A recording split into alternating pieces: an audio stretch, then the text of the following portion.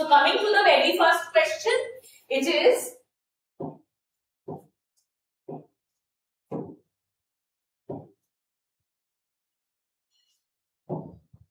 okay. In period 3, an element whose electron affinity is 0. Okay. Period 3.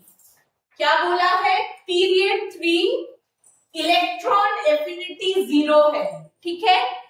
क्या क्या options है? Neon, sulphur, sodium, argon. पहले दिमाग में क्या आएगा? Electron affinity 0.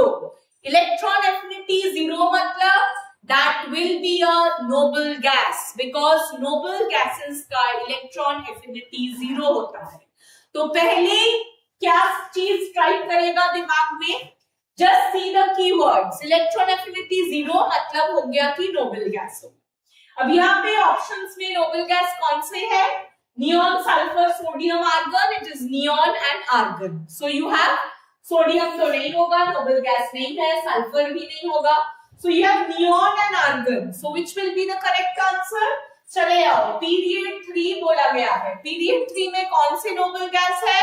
नोबल गैस अगर याद करो तो क्या है? Helium, neon, argon. That means argon is the right answer because argon period 3 में होता है. ठीक है.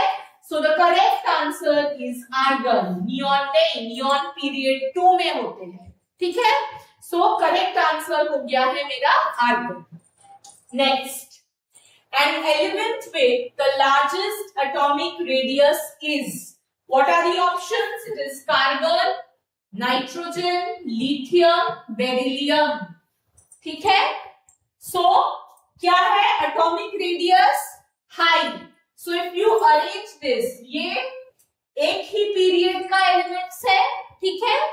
अगर पीरियड ऐसे जाते हो तो एटॉमिक रेडियस का ट्रेंड क्या होता है? When you are moving across the period, atomic radius और एटॉमिक साइज इंक्रीज होता है या डिक्रीज होता है? ये क्या होता है? Decreases, right? So when you are moving across the period from left to right, the atomic radius decreases. So इसको अगर हम लिखते हैं तो क्या होगा? है ना? ऐसे होगा. Lithium, beryllium, carbon and nitrogen. Largest atomic radius फिर क्या हो जाएगा? लिथियम का एटॉमिक रेडियस सबसे हाई होगा. So the correct answer is lithium because once you are moving like this the atomic radius is decreasing. So सबसे highest atomic radius किस element का होगा? वो हो जाएगा लिथियम का. Next, arrange the following. Okay, क्या बोला है? Arrange the following. Nitrogen, beryllium, oxygen, carbon in increasing order of non metallic character. So क्या बोला गया है? Increasing order of non metallic character. ठीक है. सो क्या है? देखो, nitrogen, beryllium, oxygen, carbon. Okay, when you are moving from left to right, ये भी क्या है? In the same period, right? So left to right in the period क्या होता है? Non-metallic character increase होता है. Non-metallic character increases, right? So इसको if you write क्या हो गया? बेरिलियम विल कम पहले इन द पीरियड. फिर कौन से आएंगे? Carbon, oxygen, nitrogen, right? This is the series. So non metallic character किसका हाई होगा? ये सॉरी ये होगा beryllium, carbon, nitrogen and oxygen. So non metallic character किसका हाई हो जाएगा? वो ऑक्सीजन का सबसे ज्यादा होगा. ठीक है. So the correct in increasing order. So beryllium, this is your order. Okay.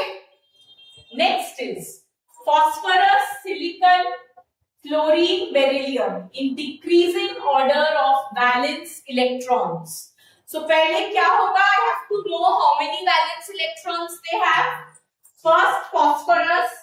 Phosphorus में valence electrons कितना है? Valence electrons means the electrons present in the outermost shell. ये क्या है? phosphorus का 5. सिलिकॉन का कितना रहता है? 4. ठीक है. फ्लोरीन का कितना रहता है? 7. बेरिलियम का कितना रहता है? 2. Okay. In decreasing order of valence shell electron. So सबसे कम कौन सा है? Beryllium, right. सो क्या हो जाएगा ये? फर्स्ट इज फ्लोरीन, फिर कौन सा है? फॉस्फोरस, फिर कौन सा है? सिलिकॉन, फिर है beryllium. So this will be the correct, this will be the correct order. ठीक है. so इसका भी हो गया. next, give a reason for ionization potential decreases down the groove. Ionization potential. What is ionization potential? The tendency of any gaseous state atom when it loses an electron to form a cation, that is known as ionization potential. जब easy cation formation होगा, cation formation कब easy होगा? जब वो electrons बहुत fast छोड़ेगा. तो क्या हो जाएगा? अभी ionization potential का ट्रेंड क्या होता है? While we are moving left to right in the period, it is increasing. And in the group it is decreasing. Group में क्यों decrease होता है? Because when you are moving down the group, the atomic size is increasing because the number of shells are increasing. Therefore, once the number of shells are increasing, effective of the number of neutrons present, क्या होता है कि electrons are easy. ये जो pull रहता है nucleus, this is the nucleus. Number of shells जितना increase करो, the electrons are moving further away from the nucleus. So once it is moving further away from the nucleus, the electrostatic force of attraction क्या हो रहा है? Decrease हो रहा है. तो जितना फार अवे जाओगे उतना इलेक्ट्रॉन्स फास्ट लूज करेगा, क्योंकि आयनाइजेशन पोटेंशियल मेरा कम है ना. तो क्यों हो रहा है कब? It is because of the increase of atomic radius. Atomic radius ज्यादा है, इलेक्ट्रोस्टैटिक फोर्स ऑफ अट्रैक्शन कम है, इसलिए आयनाइजेशन पोटेंशियल कम. समझ में आ गया? सो ये हो गया.